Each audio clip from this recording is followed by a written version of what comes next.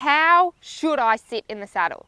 And I think that's a really good question, because we all talk about riding and we should be doing this and we should be doing this, but let's just get the basics right. Let's think about what we as riders have to do and how should we be sitting in the saddle.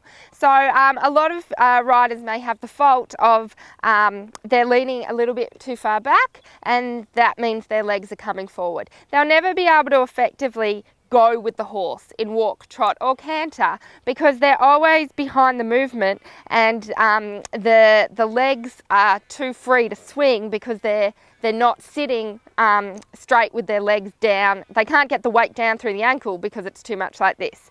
The other fault you see riders do is that they're sitting too much on their crutch. So their seat bones aren't even connected to the saddle because the seat bones are out, and the legs are back, annoying the horse as well as not giving direct aids. And the rider again probably feels very unsteady, worried that they're about to fall off because they're pitched so far forward. Now that's really two exaggerations. Normally you'll just see, so that's a little bit too far with the legs too far forward, and that's a little bit too with the legs too far back. And in cases of sitting with the horse, millimetres do matter. So the seat that you're always looking for, and it can change sometimes in varying degrees, but you're always looking for your ankle to match your hip to match your shoulder. So if you've got a line going through from shoulder, hip, heel, then you're where you need to be. There should also be a line going from your elbow, wrist to the horse's mouth. So you can see if I hold my reins up here, I've now broken the line. My line now goes up and down, rather than if I keep my hands in a nice position and the horse has its head where it wants to be, I've got a nice line from elbow, wrist, hand. I also see riders sometimes ride with their hands in like this, which also breaks the line. Now my line is going in and then back out. And when you ride like this, or if you ride like this with your hands a little bit too far out, again my line's gone angle, angle, you can't feel what the horse's mouth is doing. And it's so important when you're riding feel and you're riding, the horse round and through and riding the horse into the correct contact, that you can feel everything that horse does, because you need to be quick to soften, you need to be quick to give the horse the rein, and you can't feel that if your reins and your hands are too stiff and too forceful. So it's really important I think this line is the most important, and this line I can feel because I know I need to have my two seat bones in the horse's back. So even if your horse is still, or you can have someone ride, all right.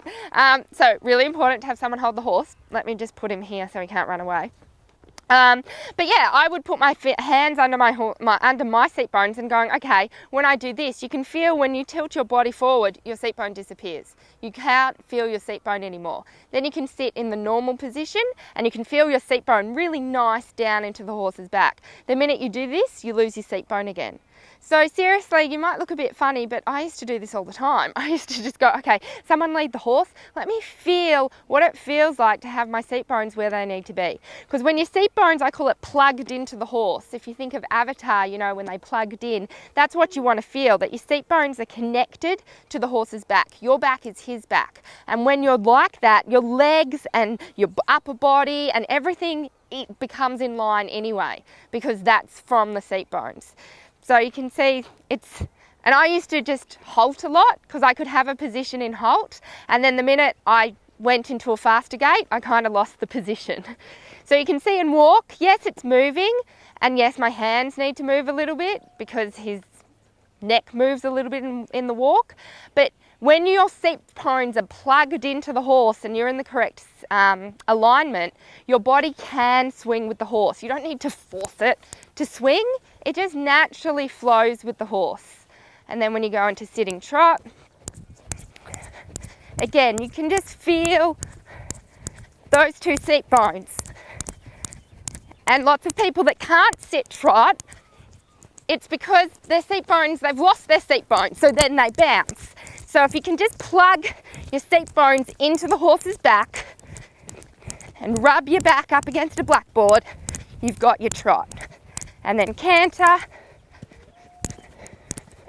Again, you've got your seat bones, your upper body's still, your lower legs are still, but they're all moving with the horse. They're all absorbing the horse's movement, so you yourself don't move.